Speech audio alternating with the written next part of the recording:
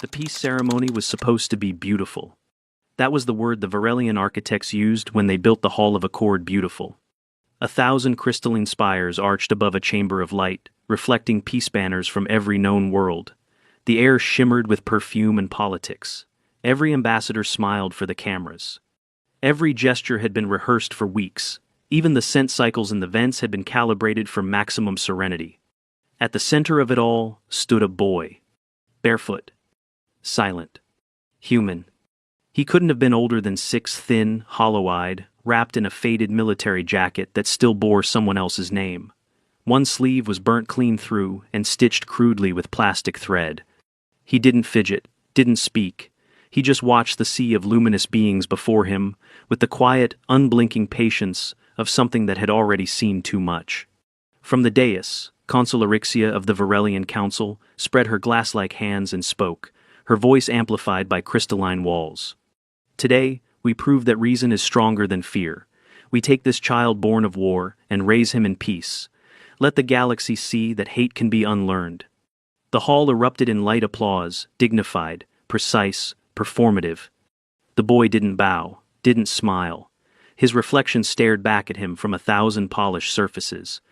A journalist whispered too loudly near the press rings. "It doesn't even know what's happening." The boy's eyes flicked toward the sound just for a moment. It was enough to make the reporter flinch and step back. When the cameras turned away, Erixia knelt to meet his gaze. She tried to smile. "Your name, child?" He hesitated. His lips moved before sound came. "Eli." "Eli," she repeated, as if testing its balance in her mouth. "You are safe now." He looked past her at the banners, the lights, the watching crowds, and asked, "If I learn your ways, will you send for the others?" Erixia blinked. "The others?" He said nothing, just looked down at the floor, at the burn marks still dark on his sleeves.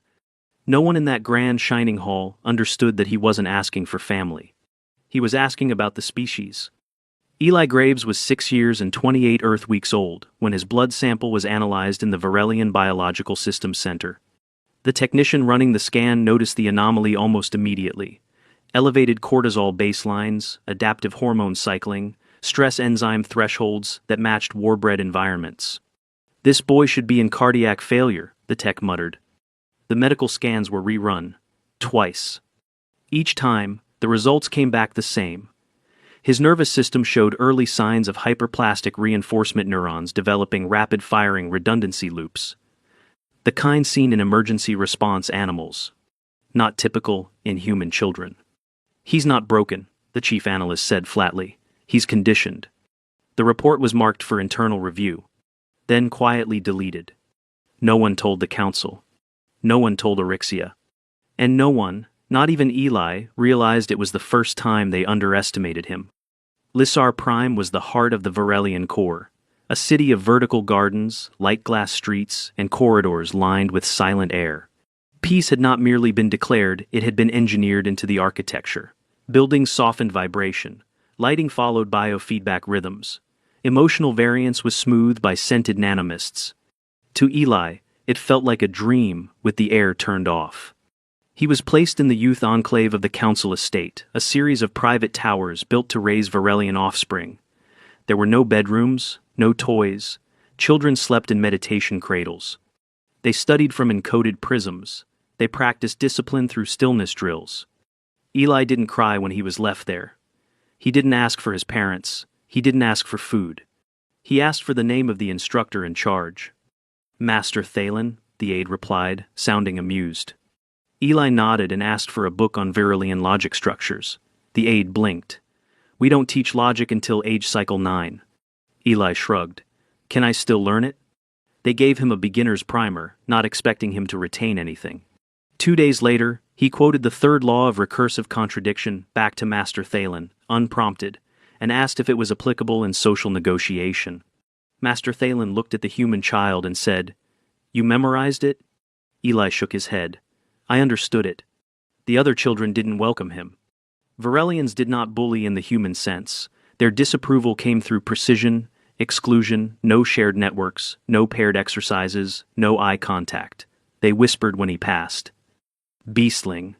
Crackskin. Wildborn." He ignored them. Instead, he listened. When they tripped him in motion drills, he memorized their footwork. When they set his simulation variables incorrectly, he reset them in real time and wrote a better algorithm. When a senior child mocked his accent, Eli corrected the child's own pronunciation of harmonic dialects. He wasn't confrontational. He wasn't defiant. He was exact. That unsettled them more. The first time Eli failed a physical trial, a balance field exercise, he stayed after class and examined the control panel. He asked why the course used a fixed rotation. When the instructor explained it was tradition, Eli requested the schematics. 3 days later, he returned with a revised design. 3 degrees less incline, randomized pulse timing, higher tension yield 17% more efficient. The Council of Youth Development sent a memo to Thalen. The human child is modifying learning environments. Is this permitted? Thalen replied. He isn't modifying, he's optimizing. They didn't understand that distinction. At age 11, Eli entered the strategy circle. It was normally restricted to Varelians in their 3rd maturity phase. He beat every simulation in half the allotted time. His tactics weren't elegant. They were precise, predictive, and lethal. In a final scenario designed to teach delay and retreat, he baited the enemy AI into attacking a decoy fleet, rerouted a solar sail to reflect false ship signatures, and used gravitational drag to slam the enemy into their own minefield. The instructor called it brutality.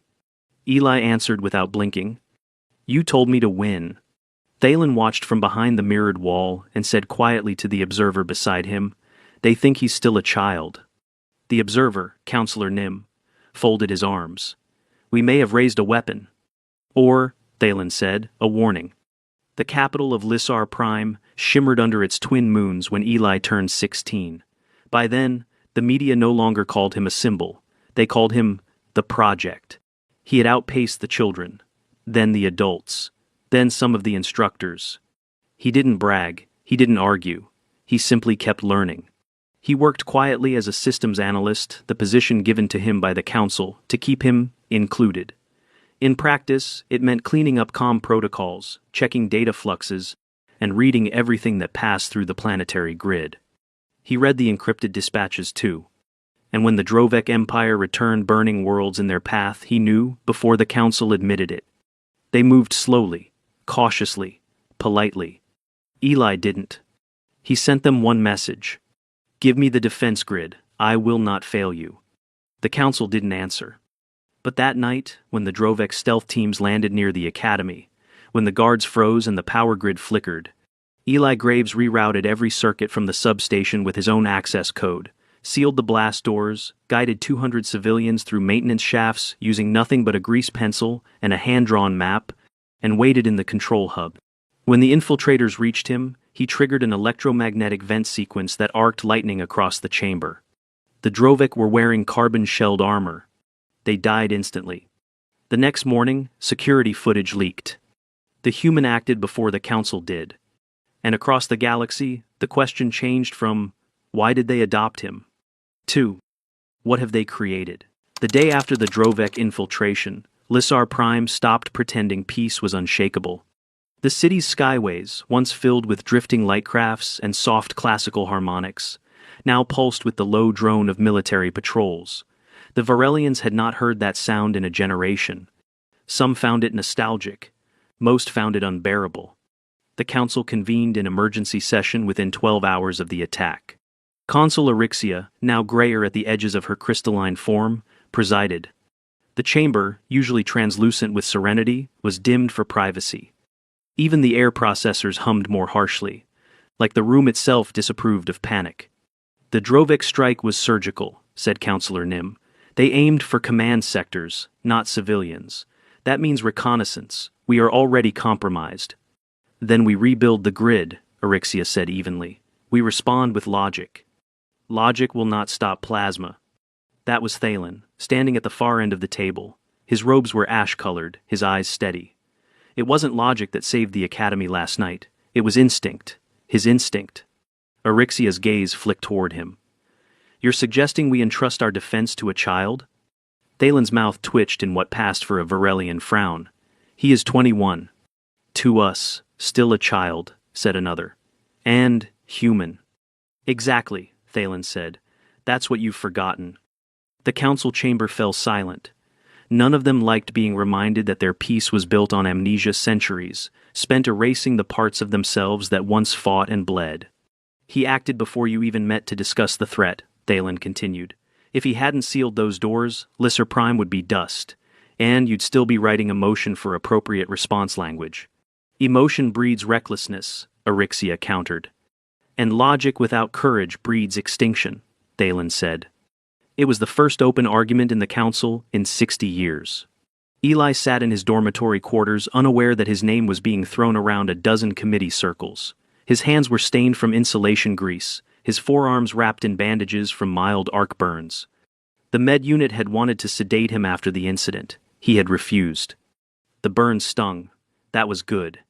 Pain meant he was still alive. The Virelian healer, Dr. Vesson, adjusted the dressing. You sustained second-degree thermal contact. We'd normally recommend full dermal regeneration, but you requested natural recovery? Yes. Yes. Yes. Human tissue regrowth will take 2 to 3 weeks. Then it will take that long. Vesson tilted her head, the light inside her translucent body shifting faintly. Why choose slower healing? Eli's answer came after a pause. Because I should remember what it cost. Vesson regarded him for a long time, then sealed the bandage. It's strange, we designed this world to remove pain. You seem to find comfort in it. I don't, he said, but it reminds me I'm not numb. When she left, he flexed his fingers slowly. The skin felt tight, raw. It would scar lightly, but he didn't mind. Scars were maps, reminders of where the fire had been. The next week passed in a blur of rumors. The council delayed formal acknowledgement of the Drovec threat. The Virelian media broadcast carefully worded updates. Localized disturbance. Situation contained. The peace endures. But, across the lower sectors, soldiers began drilling again.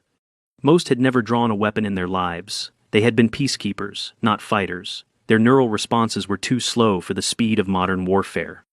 So, when the council finally summoned Eli, it was less invitation, more inevitability. He arrived at the council chamber in plain gray uniform, sleeves rolled to the elbows, bandages still visible.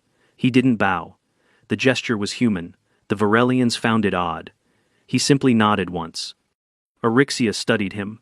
You disobeyed standing orders by accessing restricted defense grids. I saved your capital, he said calmly. Several counselors flinched at the bluntness. You risk millions of lives, she countered. A human reactor vent isn't a defensive maneuver, it's a death wish. He met her gaze evenly. It worked. Virelians didn't know how to argue with simplicity. They used rhetoric like music complex, layered, endless. Eli's words were a weapon by contrast. Clean, aimed, terminal. You want to punish me, he said, but you won't. Eryxia's fingers tightened against the table's edge.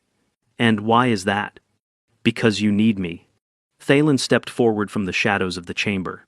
He's right. You saw the footage. He anticipated a Drovec infiltration 6 hours before we detected the energy spike. Eryxia inhaled sharply. That information was restricted. Not to him, Thalen said. A pause stretched across the hall. The kind that tastes like realization. Eli glanced toward the hollow display flickering behind them, the map of the outer colonies, the burn marks already spreading like bruises across the rim. The Drovec won't stop, he said quietly. You taught me your history. You showed me their tactics from the First War. They never stopped evolving. You did. Eryxia's voice trembled. We achieved peace. By forgetting how to fight. The room fell still. He didn't raise his voice. He didn't gloat. But the truth in his words cut sharper than any weapon. That evening, the council voted to reactivate the Planetary Defense Network for the first time in a century. Eli was assigned as a tactical liaison, a title invented to make his involvement sound symbolic. But when the Drovec fleet dropped out of warp 8 days later, symbols didn't matter. They arrived over Lisser Prime in formation black angular ships, reflecting no light. The first energy pulse shattered the orbital mirrors before the Virelians even initiated shields. In the command chamber, chaos replaced logic. Orders collided, protocols contradicted each other. Eli stepped forward. Divert main power from the art array to defense. A technician hesitated. That would disable the atmosphere mirrors. I know. Do it. The lights dimmed across the Capitol as energy rerouted through subgrid relays. Eli dragged his finger across the holographic map, recalibrating trajectories. Angle the orbital reflectors to 63 degrees. We're going to turn their own light back on them. That's not how those work, another shouted. It will be. He overrode their protests. Data streams rippled across the display. Outside, thousands of orbital glass mirrors, meant to control sunlight and climate balance, rotated in perfect synchronization. For the first time, they became weapons. The mirrored panels caught the solar light and refracted it into coherent beams. The Drovec ships didn't expect light to burn.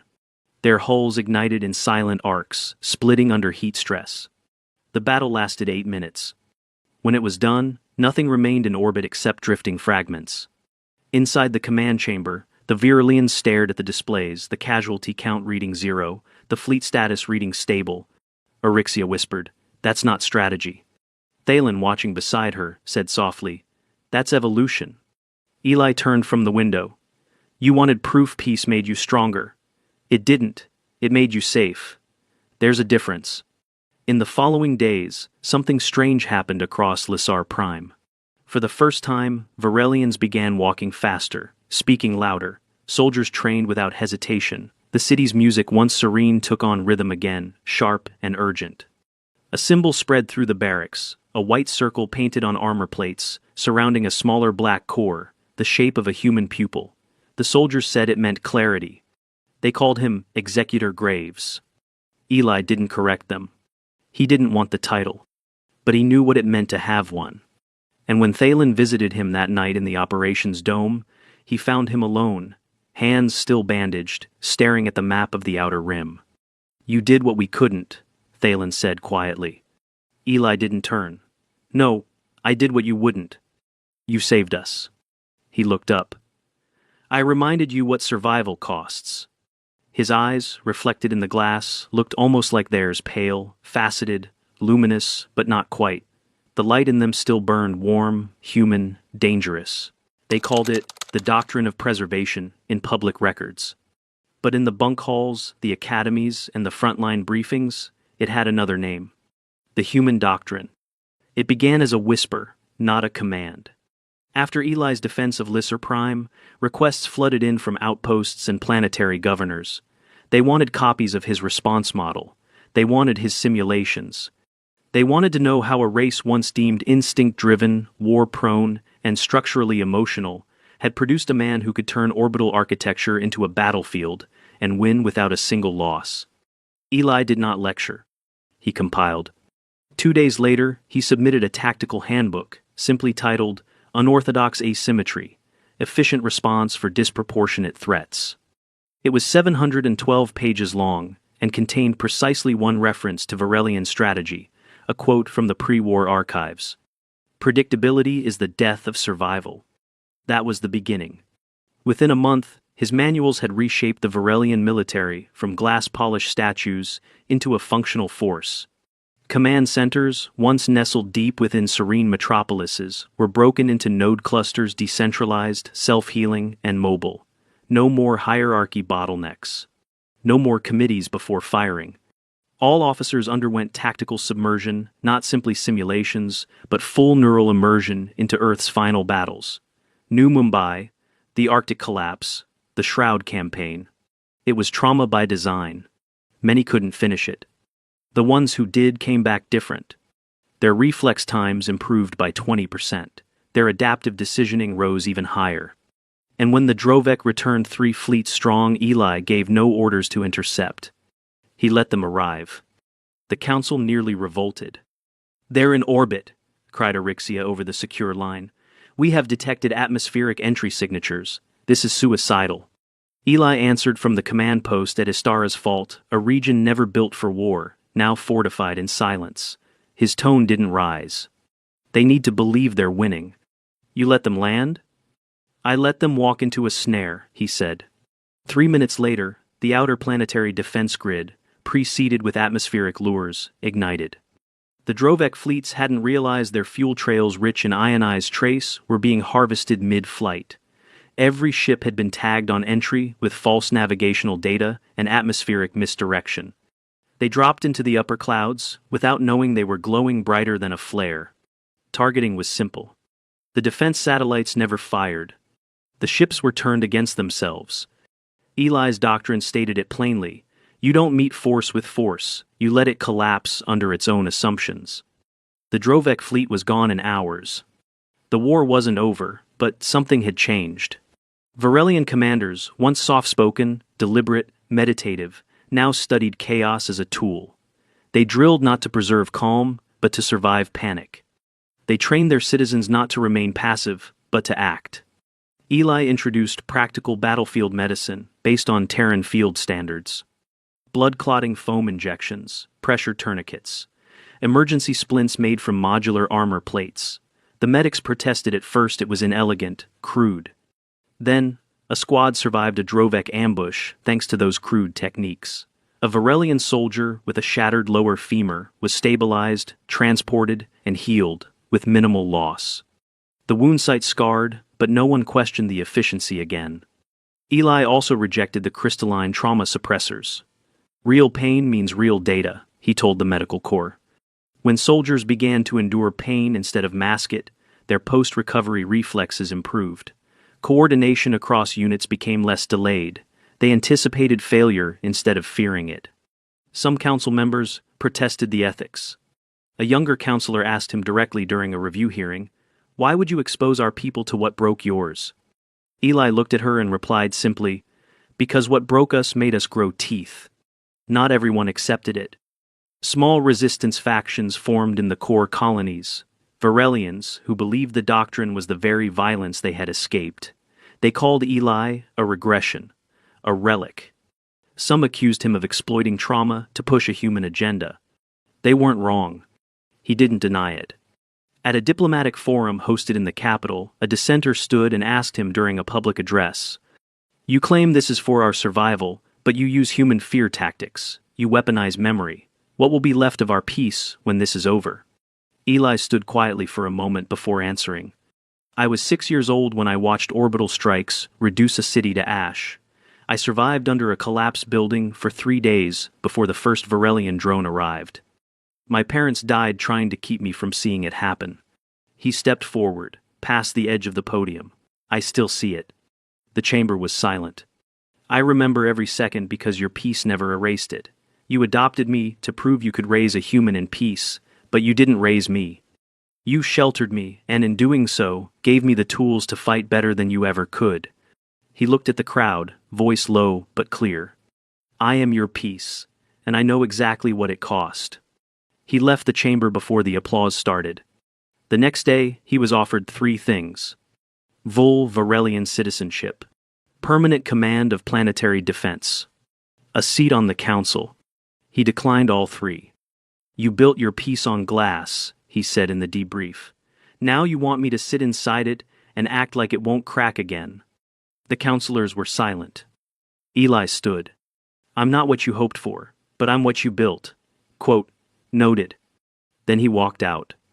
1 week later, the last major Drovek fleet entered Varelian space. This time, Eli didn't wait for them to strike. He went to them. A forward fleet, composed of modular Varelian ships retrofitted with human-engineered propulsion systems, met the Drovek in deep orbit above the moonless system of Valen 3. The Drovek hailed for surrender within 20 minutes. They had learned what Varelians hadn't dared to teach themselves. That the human they adopted, the symbol of peace, had become their blade. What Eli did next was the final lesson. The Drovek survivors, over 6,000 soldiers, were brought to Lisar Prime. There were calls for extermination, for imprisonment, for sterilization. Eli overruled them all. "Feed them, heal them, send them home." The council was stunned. "These are the beings that murdered your people," Erixia said. "You offer them mercy?"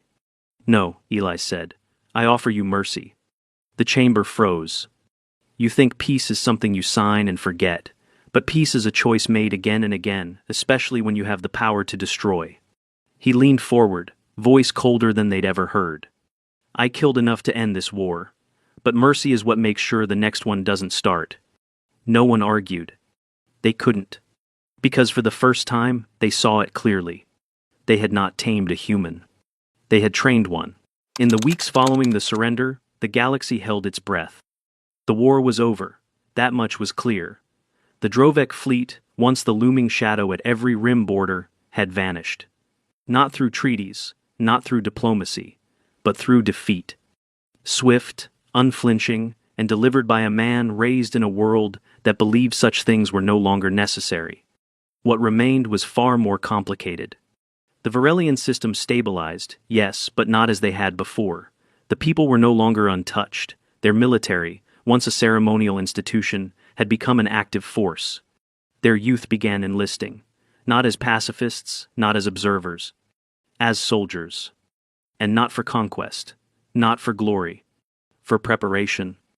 Eli Graves became both a symbol and a paradox. Statues were erected of him across 3 core worlds, showing him not with a weapon, but with a pen in one hand and a datapad in the other, the intellect of war. Yet, in the outer colonies, the soldiers painted his circle across their armor and whispered a different name. Executor Graves. To some, he was a savior. To others, a human-shaped reminder that safety could not be eternal. And to Eli himself, he was just a survivor. The council reconvened in private session to discuss what they called the human question.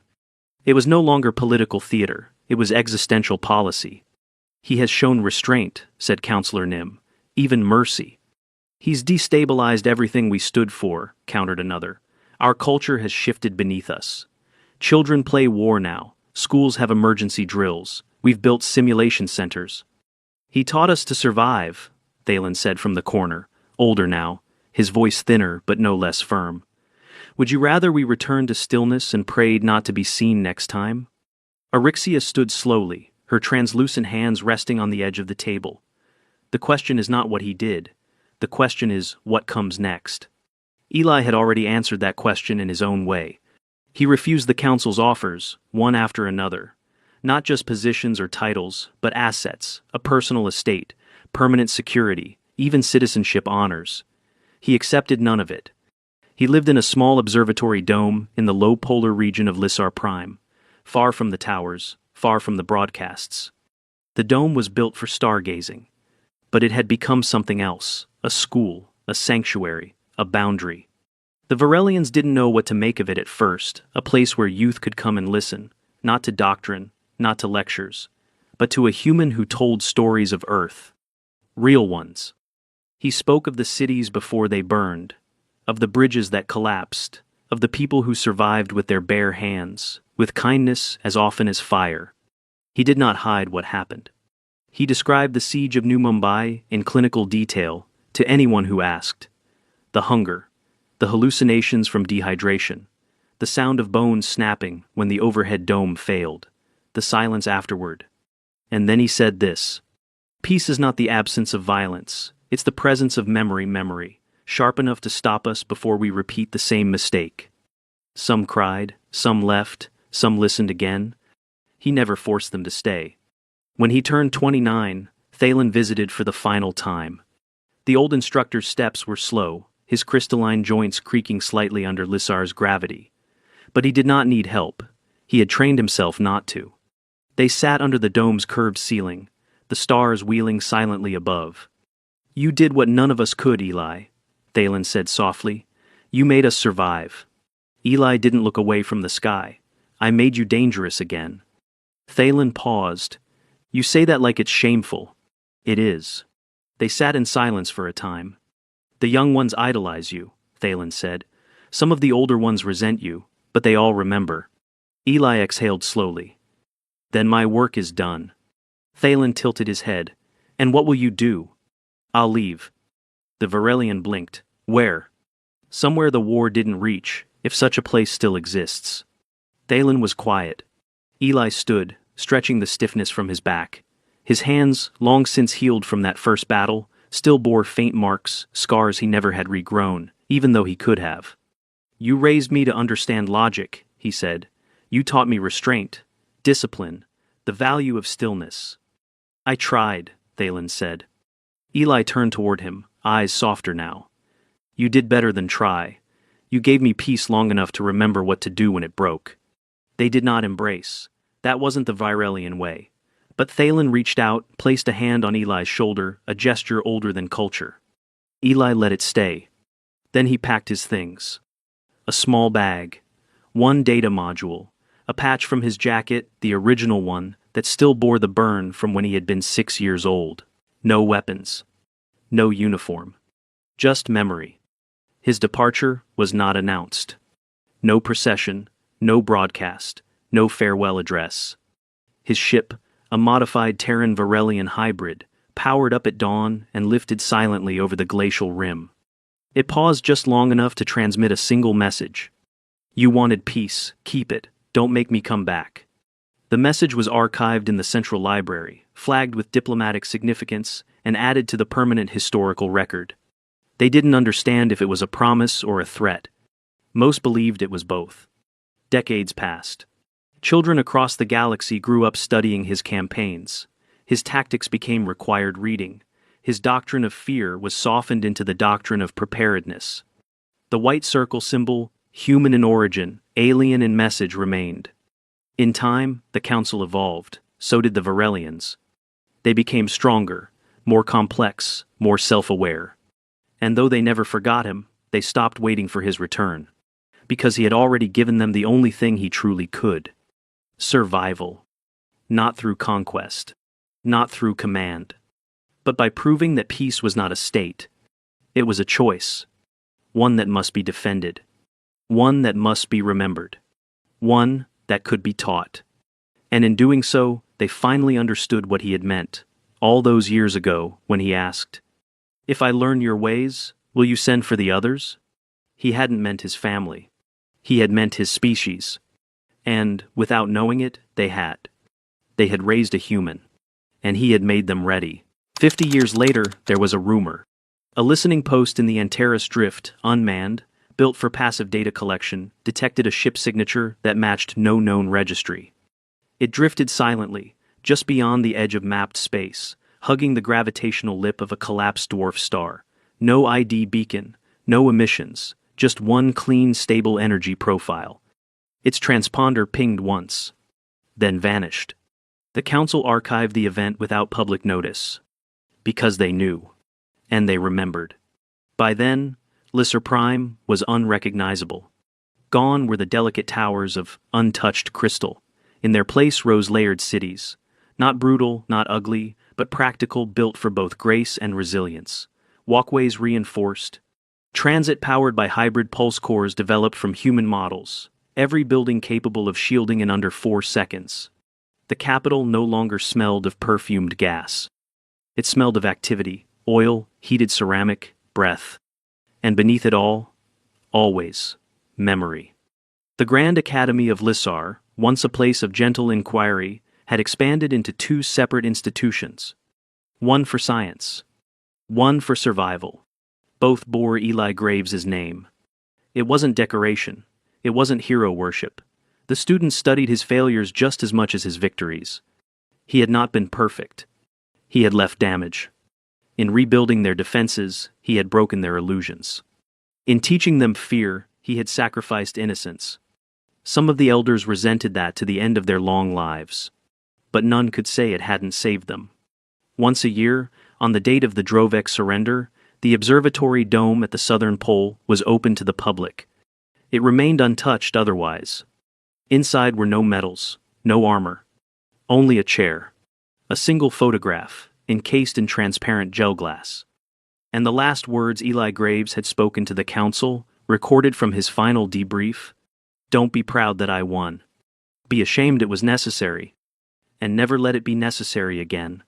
They were engraved into the wall behind the chair. Children read them in silence. Instructors gave no lectures inside the dome. It was not a place for noise. It was for looking up, into the sky, and remembering who they had been, and what it had cost to survive. 10 more years passed. Then 20. The war faded from daily conversation. A generation rose who had never known the burn of invasion, the panic of orbital alarms, the cold silence before a tactical order. And still, the Council kept the protocols Eli had written. Redundant systems. Civilian readiness drills. The white circle insignia on every command structure. They never expected to use them. But they never forgot why they existed. It was on the 72nd anniversary of the peace doctrine's signing that the final message came. An encrypted stream reached the Lissar archives during the solar eclipse, a data burst so tightly coded, it bypassed standard filters and lit up only one terminal. The terminal in the Hall of Memory. It activated the moment the sun vanished behind the planet's outer ring. A single voice played. Older now, rougher, but unmistakable. Eli Graves. Authorization for Delta Black. I'm recording this from Sector Null 2. I won't say where that is. You'll find it when you're ready. A pause. The sound of wind. Real Terran wind, not synthetic atmosphere. I found what's left of Earth. The recording stilled, then continued. It's not a home anymore, but it's not dead, just resting. He took a breath. I didn't leave because I was angry. I left because I knew I was the last bridge, between the fire that raised me and the peace you hoped to build. Another pause. You held the peace, that matters. You earned what I could never give myself. A long silence. Then, I won't be coming back. Static crackled gently. Not interference, intentional. But if you ever forget what survival costs, if you ever soften so much you no longer feel the blood under your skin, then come find me. Click. End. The message deleted itself, not by virus, by design. It left behind no file. Only memory. No one ever confirmed his death. There was no grave, no funeral, no monument on Earth. What was left of his species had long since scattered, assimilated, or vanished. But his lessons endured. Every Varelian child learned the 3 core axioms of his doctrine by heart. Peace is only sacred if it is defended. Strength is not cruelty. It is remembering how to end what others begin. Mercy is the hardest weapon to hold. In time, other species joined the alliance. Some brought new technology, others brought scars, a few brought more war. The Virelians never started it. But they never lost again. Because they had once raised a human. And in doing so, had learned the cost of forgetting how to fight. In the furthest reach of unmapped space, near a collapsed star, astronomers occasionally detect a faint thermal anomaly. Too small to be a ship, too stable to be debris. No one investigates. No one dares. Because the galaxy already knows. Eli Graves was not an accident. He was the answer to a question no one wanted to ask. What happens when you raise a human to be peaceful and teach him why peace matters? You don't get safety. You get someone who can build safety, defend it, and walk away from it. Because he knows what it cost. And what it's still worth.